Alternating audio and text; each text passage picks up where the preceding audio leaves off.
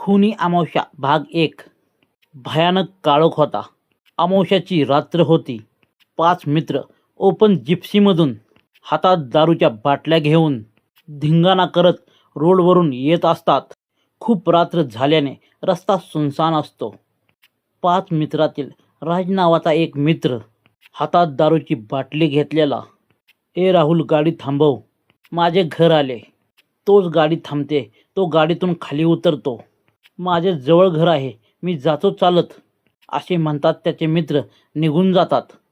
तो हातात बाटली घेऊन भेंडकळत रस्त्याने चालला होता.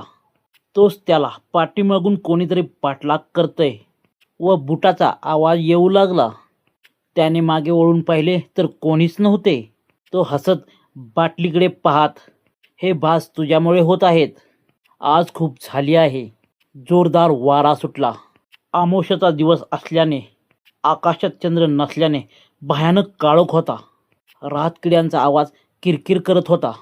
तोच कसला तरी आवाज आला. त्याने बाजूला पाहिले तर त्याला कोणीतरी असल्याचा भास झाला. राजने समोर पाहिले तर कोणीच नव्हते.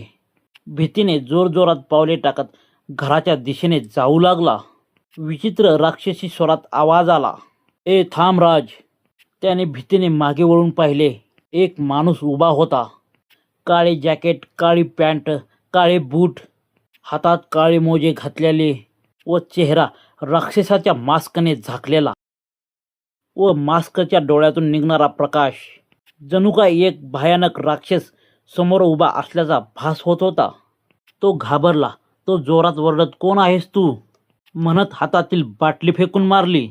तोच मास्कधारी व्यक्ती गायब झाली. भीतीने राजला घाम फुटला. तो धावत घराच्या दिशेने जाणार तो मास्कधारी राक्षस समोर उभा होता. काही बोलण्याच्या आत त्या मास्कधारी राक्षसाने आपल्या पाठीला अडकवलेला चाकू काढत राजच्या कॉलरला पकडत पोटात चाकू खुपसला. राज हात जोडत, मला सोडा, मला का मारताय. मास्कधारी व्यक्ती जोरात हसत पुन्हा चाकू त्याच्या पोटात खुपसत, मी एक राक्षस दुसऱ्या राक्षसी प्रवृत्तीला संपवतोय, म्हणत त्याला जमिनीवरती खाली ढकलून दिले. सकाळ झाली होती. खून झाल्याची बातमी सर्वत्र वाऱ्यासारखी पसरली होती. पोलीस घटनास्थळी आले. खूप गर्दी जमली होती. तोच PSI समीर देशमुख गर्दीला हटवत घटनास्थळी आले. हवालदार येत, सर, बेरहमीने चाकूने बक्षून निर्गुणपणे खून करण्यात आला. तोच त्याच्या तोंडावर एक राक्षसी मास्क होता. त्या मास्कच्या डोळ्यात लाईट चमकत होती. देशमुख साहेबांनी तो मास्क हातात घेताच त्याच्यातून जोरात हसण्याचा राक्षसी आवाज येऊ लागला. जसे कर्म तसेच फळ मिळते.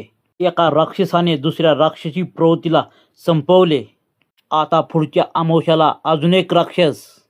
पुढच्या अमावस्याला काय घडते पाहूया पुढील भागात.